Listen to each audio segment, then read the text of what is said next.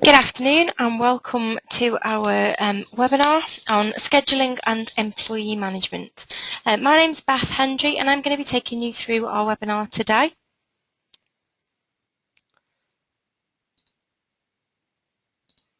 Cool. So first things first, I'm just going to go through a couple of housekeeping rules.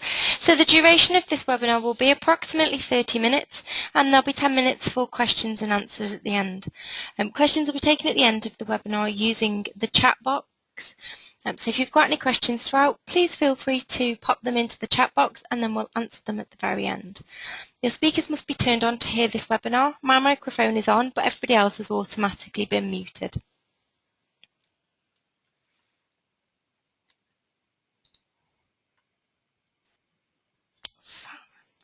So on today's webinar, we'll be covering staff management in shortcuts, which can help you run your business more effectively. So we're going to be looking at our employee scheduling, monitoring our logging in and logging out. So we're going to go through a couple of different ways of the clock in, clock out, your employee access, and then also we're going to touch on some employee-based reports which are useful for monitoring your performance and also monitoring for reviews. Well, so I'm just going to pop into shortcuts.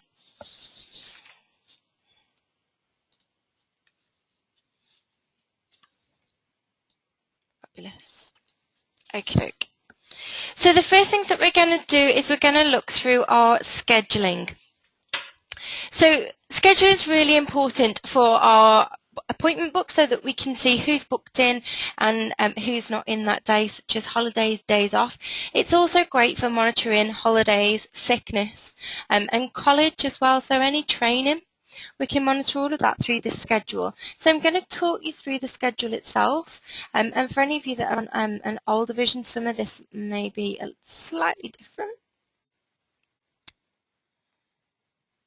So I'm in my schedule now, so under Tools and Schedule, and here I've got all the hours of my employees. So I'm just going to do a slight recap on scheduling itself. So for anybody that's unsure, to enter your hours into shortcuts, all you need to do is click on, so if I wanted to add the hours of Claire, I would just click on the hours for that employee on that day, and then I would do the hours, so what hours that she's working, so she's working 9 till 5.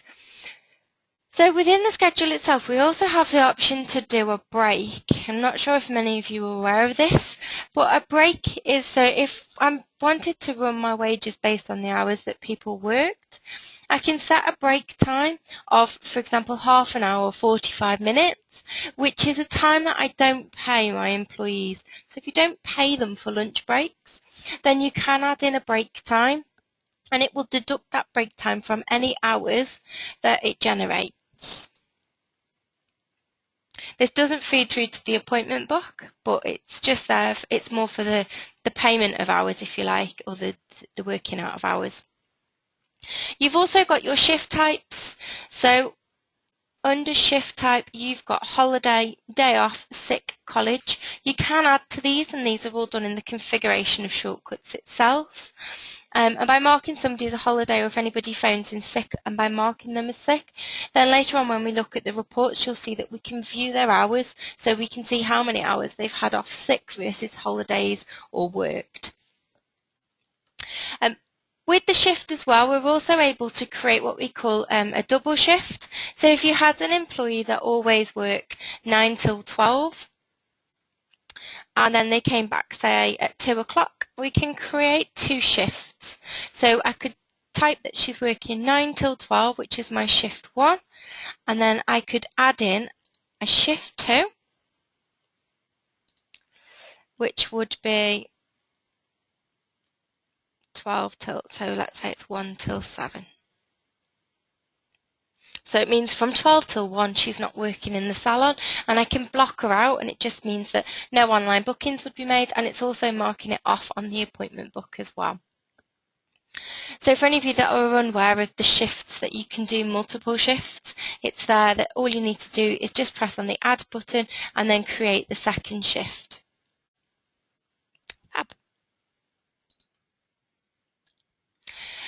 You'll also see there's different colours, so the different colours represent different shift types. So for example, I've got D's on a day off. So on the day off, it comes up as a khaki colour. I've also got Tom's in college, and if I had anybody on holiday would come up as a jade green colour, and then the sickness comes up as an aqua colour. So just to give you a rundown of how it all appears on the on the page itself. It also gives you a breakdown at the bottom of the hours that they're working. So it's giving all staff's hours, and then it's showing D's hours based on the week that I'm clicked on at the moment. So as well as this, you can copy and paste your schedule. So I know some people struggle with this slightly. So to copy and paste, we click on the Mark Cells button at the top corner, and it will ask us for the first cell we want to copy. So if I was just to copy Claire's hours, I would click on Sunday, and then I would click on Saturday. So it's highlighting a week, and then I could either drag that darker area down, or I could right click and choose a schedule until, and then I could choose the date that I wanted it to finish. Then once I've finished, I just hit unmark cells, and then the dark grey area disappears. So that's for one employee.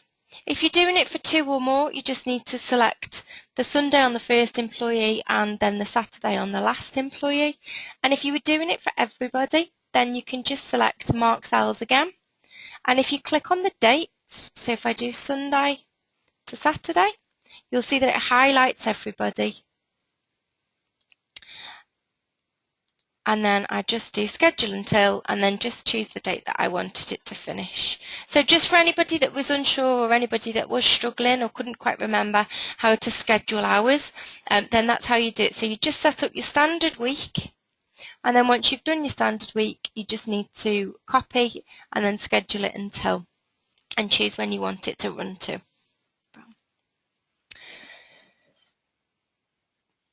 So within the schedule, we've also got what we call templates. So this templates is, we're going to move on to what we call employee groups, which is a newer feature within Shortcuts, and helps you manage your employee setup a little easier. So in the templates, we can create different templates for different people. So you'll see here I've got a stylist, and if I go into the details, these are the hours that my stylists always work. Okay. I could create a new, and I could call this one, for example, a junior. So this could be for all juniors or assistants. And all I need to do is click on details,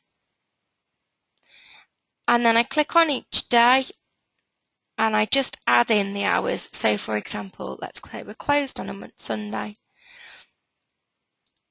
and then we're closed on a Monday,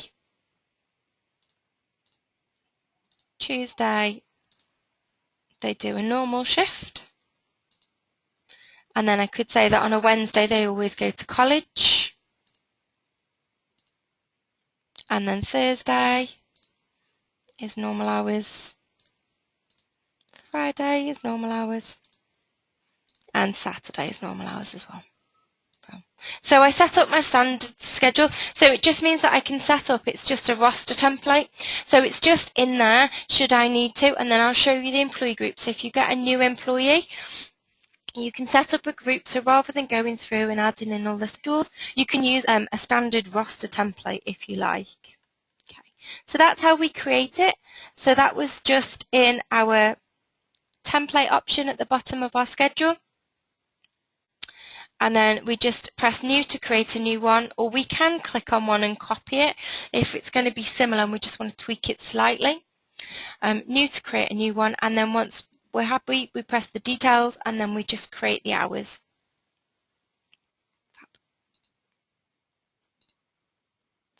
So that's the basics of scheduling. So it's really important that we get those right, not just for monitoring days that are worked, sickness, holidays, but also for making sure that your appointment book is working effectively. And also this helps with the online booking. you can't create a booking online if somebody is marked as a day off or a holiday. So it's really worthwhile making sure that your schedule is correct, and just make sure that it's correct for a period of time as well. So just go through and spend a little bit of time updating your schedule and making sure that everybody's hours are correct. So the next thing that I wanted to move on to was our employee groups. So our employee groups, so we're going to go through setting up a group and talk you through what a group is itself, and then we'll also show you how then you just assign a new employee and how easy it is to do. So under our setup in shortcuts, and there should be an option under employees called employee groups. So this is designed to help you add new employees into shortcuts a bit smarter. And as I said, we just need to set it all up first. And once you've set it up, then it's just a case of assigning your employee. So what I'm going to do is I'm going to create a group. So I press new at the bottom, and I'm going to call this my stylists, for example. So I'm creating a stylist group. So you'll see here that once I've set up the group, I can assign a default level. So I could create a stylist, I could create a beauty therapist, I could create a junior, and I say what the default level. So the default level is the level within Shortcut so that it knows what service prices to charge. So I'm going to set this up. This one is a stylist. And then underneath that, I'm then going to assign my employees. So at the bottom, I've got a few different options. So I'll choose my employee. So I'm going to say that Becky and Claire. So I just click on the grey boxes next to each person and add, and then done. So they're both my stylists. And then it's given me the option to say, what do I want to be applied to these employees? So is it the level? Is it the capabilities? Is it the schedule? Or is it a combination? So I could just choose level and capabilities, or I could just choose level and schedule, or I could choose all three. So once I've assigned my employees, then what I can do is I can then say what their schedule is going to be. And all I need to do is I'm just going to find those roster templates, and I do it just by clicking on the add button. And it gives me the rosters that we set up earlier. So I'm going to choose my stylist, and then I just choose my start and end date by clicking on the range button at the bottom. So I'm going to say it takes effect from the 1st of June till the end of September, and then done. So I'm assigning the stylist roster template, and it starts on the 1st of June and ends on the 30th of September, and then done. And yep. And then if the stylist, so for example, I've got a hair and beauty salon, so my stylists can only do hair services and my beauty technicians can only do beauty, then what I could do is I could have capabilities set up. So instead of going into my capabilities and assigning my employee, what I can do is I can assign my capability to the group. So I'm going to assign all my hair capability, which is all my hair services, and I'm going to add it across, and then done. So now what I've done is I've created a group for stylists, I've added the employees, I've chosen the level, and I've assigned the capabilities. So it means that they're all set up nice and tidy. And then whenever I set up a new employee, all I need to do is assign my employee to that group. So when I create a new employee within Shortcuts,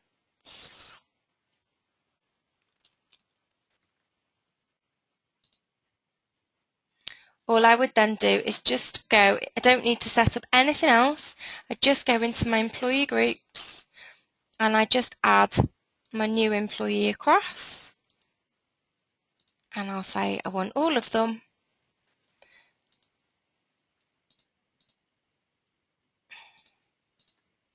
and that does all the work for me. So you'll see it's automatically assigned me as a stylist, and in the roster it will have automatically done my hours, and then in the schedule, in the capabilities, it will have also assigned me in the capabilities as well. So for anybody that's unsure about the employee page, I'm just going to do a little refresh on this as well. So in our employee page, you've got your new button to create any new employees. You do have your levels here if you just wanted to do it manually, where you can choose, and should you wish to create a new level, it is at the bottom of the screen. And your levels can also be color coded. So in the new items of shortcuts, you'll see that as soon as you select a level, it will then ask you what color. So you can choose different colors, and what this does is at the top of the appointment page, it puts that color on the top of their column. So if you had all your beauty therapists in pink, and then all your stylists in purple, and all your senior stylists in grey, for example, then just at a glance you can see the different levels straight away. So that's always useful to know. You've got the appointment book position, so where they're sitting on the appointment book, which can be moved around. You have the booking interval, so for anybody that's using online booking, you would have this set for any of your employees, and tick that they're available for online booking. At the bottom we've got the pay details. So the pay details within Shortcuts, basically there's a report that you can pull off that will give you a breakdown of your pay. So you can use this to monitor it to some extent. It won't take the tax and NI off, but it will give you a rough idea of what the wages should be. So you can do a base salary, and the base salary would just be based on whether you're working out your figures weekly or monthly. And then your hourly rate, so based on the hours that they've worked either by the roster or when we look at the clocking in and clocking out, it will take the hourly rate into consideration based on the hours that they've worked.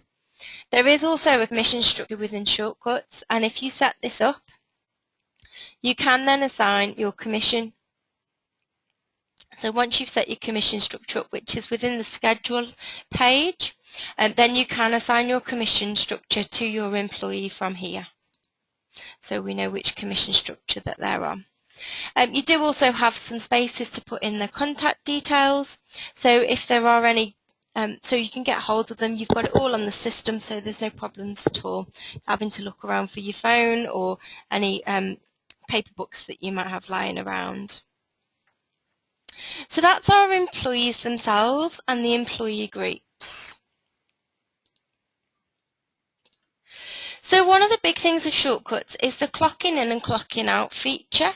It's been there from day one, and it can be found in the performance screen. So for anybody using this, you've got your business. So I'm just going to use business for an example. So you should have your employees. So if I choose my employee and I've got a find an employee option, so if I just use Becky for example, so Becky comes in this morning and she clocks on, and it'll just ask her to confirm the time, and yes. And then when she leaves at the end of the day, again she just finds her name, and then she would just, then you'll see it's turned to a clock off button. It's really, really good for monitoring. So for example, if you've got problems with people persistently late or any issues like that, then if you can get them clocking in and clocking out, so clocking in when they come in and then clocking out when they leave, it's a great way of monitoring the true hours that people work. We also have an option now within Shortcuts that we can do an automatic clock in and clock out. So what happens is when your stylist comes in the morning and types in their PIN number, that will automatically clock them in. And then based on the hours that they work, so as soon as it hits, for example, the end of the business day, it will then automatically clock them out. So if you wish to use the clocking in and clocking out and find that the manual way of doing it can sometimes just be a little tricky to manage and people are forgetting, then you can then go into the setup. So in the setup of Shortcuts and into configuration, just waiting for you guys to catch up. You'll see that in the point of sale options, there's an auto clock off employees and an auto clock on employees at login. So the auto clock on, by ticking that, as soon as a stylist or employee types in their PIN number to log on to the system, it will automatically clock them on at that time. And then, as I said, the auto clock off will clock them off at the end of the day. They can still manually override it by going in and clocking off themselves. And you can also set it up so I could say that I've always got one employee that does the end of day. So I can set up a delay on that last employee. So the last employee that's clocked on, there should be a delay of 10 minutes after closing to allow them to be able to do that cash up and run that end of day procedures. So there's a couple of options there for you to be able to do automatic clock on and clock off. Some people will do the log on automatic and then just get their employees to log off manually. Now the thing with clocking on and clocking off is if you are doing it manually, or then you will find that you may end up with some employees that forget to log off for a few days. So as well as what we've done is there is an attendance area within Shortcuts. So under the tools bar, you'll see that we have an attendance. And here, so here I've got Becky set up already, and you'll see that it shows me the times that she clocked on and clocked off. And you'll see that she's still clocked on now. So these are the hours that she's worked so far. Now if these were incorrect, so she'd worked too many hours or not enough, then I can manually change these. So as an owner or manager, you can actually override these hours. All I would need to do is just click on the time on the hours, and I could change it to say it's 8 hours, for example. Or I could change the times themselves. So I could say, well, actually, no, she started at 9 AM and finished at 1. And then it automatically works out the hours that she did 4 hours that day. So just because they're clocking on and clocking off, you're just keeping an eye on what's going on. You can override it if you're going to use the reporting for wages and working out hourly rates, etc. So it's always worth having a go at it and getting people to do it. It does work really, really well.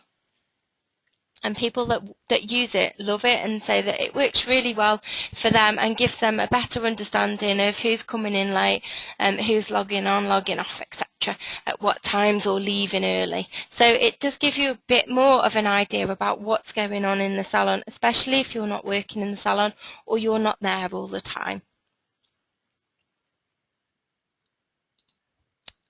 Fab. So now what I'm going to do is I'm just going to pop back into my PowerPoint.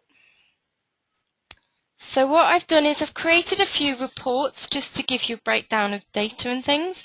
I'm just going to run through some of the reports that we find really, really useful in managing and monitoring our employees. So the first one is our employee performance. So this is one of our favourite reports and one that we use it all the time, to be honest. And how to locate this report. So it's under Tools, Reports, Employees, and it's called the Performance Summary. So this report can be run any time period, although we do suggest that it's last week, last month for staff targets, or quarterly, so for performance reviews. And with this one, you can also specify which employees you want to look at it for. So if you're doing a performance review, it's handy that you can just choose. So you can just choose an individual to monitor. So here's a breakdown of our report. So you'll see I've chosen it for 2 of my employees. And this report's great for looking at where people are doing well or not so well. It could highlight training requirements. So if I've got a stylist that maybe isn't doing many colours, but they're doing lots of cuts, then do I need to give them more training on colour? Is there a problem? And vice versa for the beauty. I could have somebody who's doing lots of body services, waxing facials, but they're not doing any nail services, in which case I can then highlight that is there a problem, or was it just that the business wasn't there for that particular service at that time. So it could be that I need to do marketing on that, or it could be that I need to speak to that employee and see if there is an issue, especially if you're looking at it over a period, over a quarter, for example, or even a year. You may notice that there's a bit of a pattern, and it could be that somebody requires a bit more training. It's also great for giving you what your average client spend as well. So you'll see at the end, it's giving us an average client bill. Now, usually we'd look at this being around about £10 more than your standard service. And this means that they're then reselling. So they're upselling services, they're upselling retail, and they're getting the clients to buy more than just a standard service, i.e. a cut and blow dry. So one of our great reports, so have a look at that, and it's always worth going through it. And as I said, it's great for review time, because you can really sit down and highlight any areas that may be a problem, and also especially when it comes to retail, you can see exactly how well they're doing on retail, so how many products they're selling, and how much that's equating to. So are they upselling, or do they need more training in that?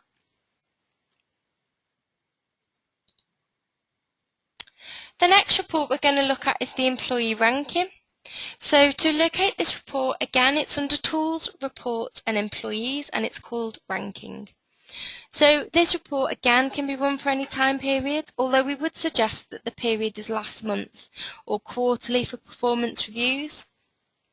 This report is great for sharing with staff. It can create healthy competition, so not just for one-to-one sessions, it's always worth printing this out and showing it to all members of staff. So this gives you your top 10 employees, and it shows where they're doing well, who's doing well, and in what areas as well. So it breaks it down, so you'll see that we've got service, product and total. So we've got Becky doing great on our service, but then she's not doing too well on products, and Rachel, who wasn't doing so great on service, is doing amazing on products. So it highlights people who are doing really well at upselling, and those that aren't upselling, they're just ticking along, if you like. We also then have our service by hour, which is great if you've got anybody who's part-time. So anybody that might be part-time, they don't work all the hours, so they might not have enough service pounds, but it could be that they work just as hard. So with the service by hour, it does work out their hours that they work and how much they're generating per hour. Also great to make sure that everybody's productive, that the time that they're with you, they're actually fully booked or pretty busy. And then at the bottom we've got our averages as well. So as I said, it's great. It pinpoints your top 9 employees, and it pinpoints who's doing well and poor in what areas. You can educate your staff, and guarantee that if you started printing this out and popping it in the staff room, you'd soon have a bit of a competition on your hands as to who can sell the most products and upsell more services, because everybody wants to be number one. So there are a couple of the reports, and I know that we've talked about those ones in the past, but I'm just going to go through a couple more now based on what we've been through already. So the hours by rota type. So setting up that rota is really important, because then it means that we can use our hours by rota type report. So here, this is found under Tools, Reports, Employees, and it's hours by rota type. So again, it can be run for any time period. We suggest it being last month as well as quarterly. And this report gives you a breakdown of what hours have been worked, what hours for holidays and days off, and then you'll also see there's also hours for sickness. Any breaks that are taken, so we were talking about those breaks at the beginning, so lunch breaks or the breaks that you don't pay them for will automatically be broken down at the side, and it gives you a total hours worked over that period. So it's a great one, especially for monitoring sickness, as long as you're marking it in the book. Sometimes it can be that it gets missed, or it doesn't get monitored as well as you'd like it to. So as long as everybody's remembering to pop it into the schedule, then it should show up on the report, and then you can then just monitor and make sure that there's not repeat offenders, and it's not happening all the time. As I said, you can also then monitor hours that have been taken on holiday as well. Unfortunately, it's not days, but it is just hours. So if somebody works 8 hours a day, then you know that, for example, I know that Claire's had 2 days holiday this month.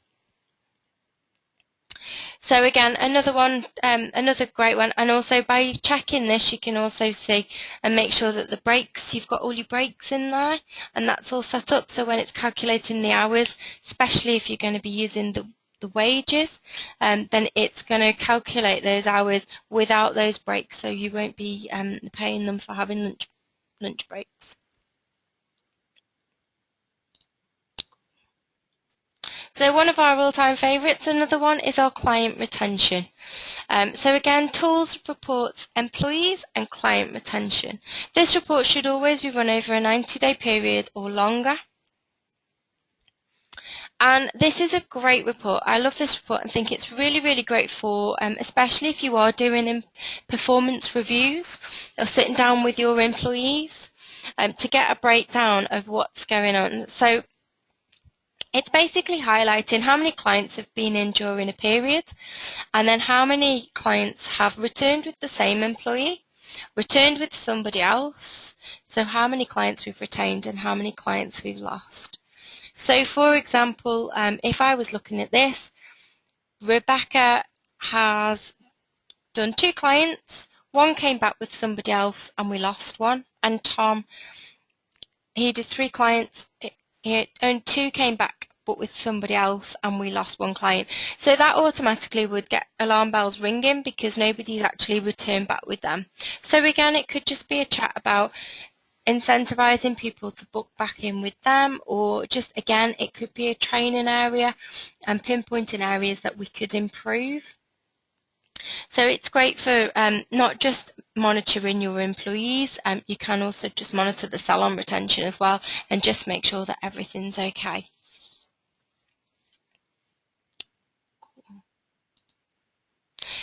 So another report that we can use, so this one gives us, it's great for our employee performance reviews, especially when it comes to checking productivity, re-evaluating their targets, and especially if somebody's asking maybe for more money.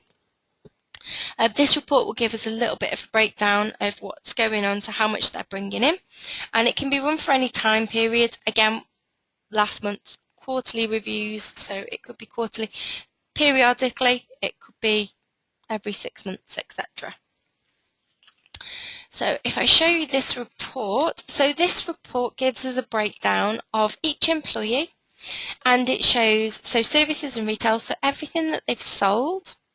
It then shows us, as long as we've inputted the base wage or the hourly rate into shortcuts in that employee screen, and if we set up our commissions, it will look at hours worked, commission, wage, and how much they're costing us, if you like, so how much we should be paying out. What it does is it looks at the difference, so it looks at how much they've brought in versus how much we pay them. So you'll see at the moment Tom's not in good books because he costs me, he's in minus figures, 165, so I actually pay him more than he brings in.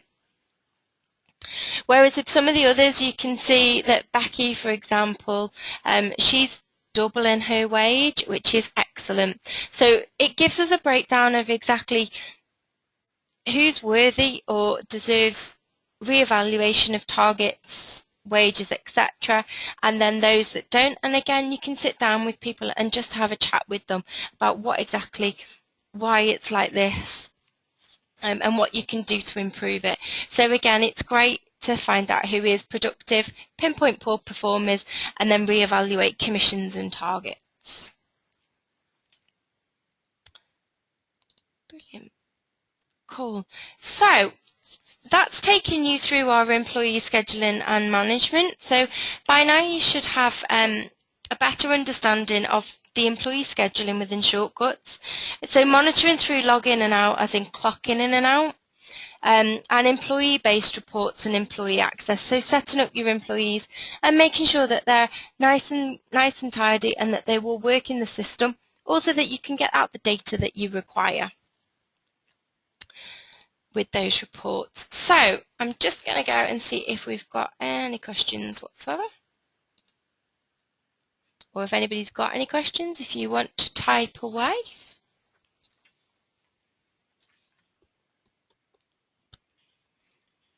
Cool. Fab. So it looks like I haven't got any questions at all, but our next webinar is going to be, so it's a daily shortcuts checklist. So it's just going through the day-to-day of what you need to be doing within Shortcuts daily, bit of a checklist about closing procedures, etc.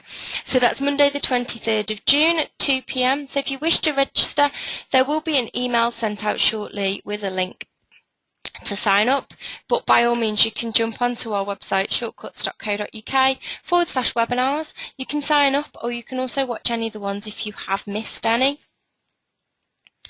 And if you do have any questions whatsoever, then by all means you can get in touch with me. My email address, beth.hendry@shortcuts.co.uk, or you can give the office a call and they can always get a message to me if I'm out and about. So by all means, if you do have any questions whatsoever, oh, I think I've just got one that's popped through. So I've had a question, can you only do a report for the fixed past term of 3 months? Was that the client retention?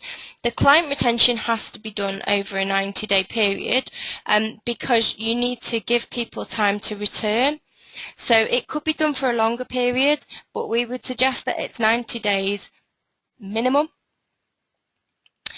Because if you don't do it over the 90 days minimum, then you're not giving people enough time to have returned, and then your retention figures will be incorrect.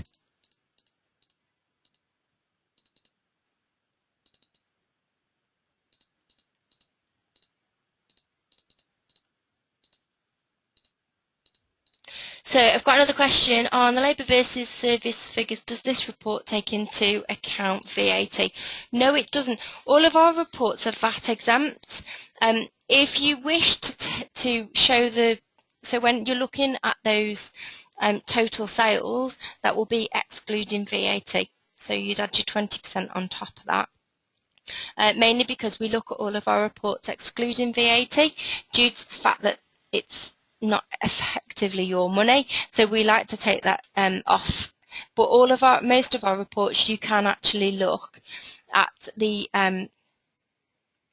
VAT breakdown. It will give you an option within the reports. If you can, there's usually a miscellaneous option that you can choose to view that report inclusive of VAT.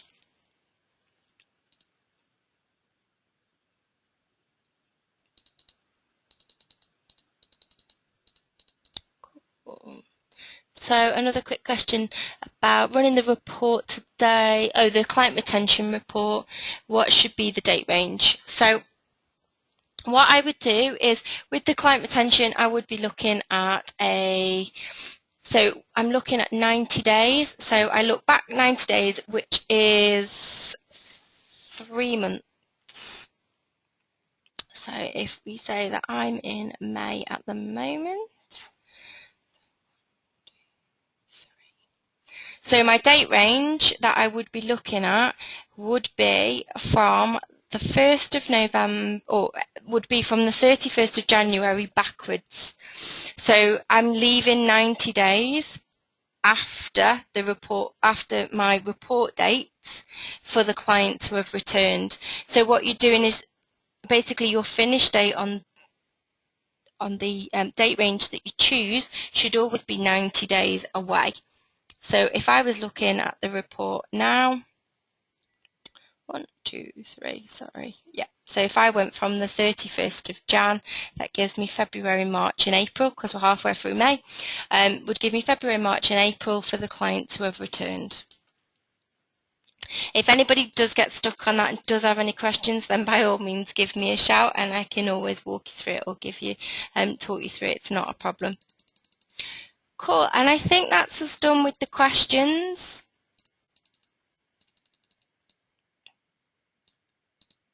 Fab. That looks like we're done with the questions. So as always, if you do have any questions, please feel free to contact me, and you should get a copy of the recording afterwards.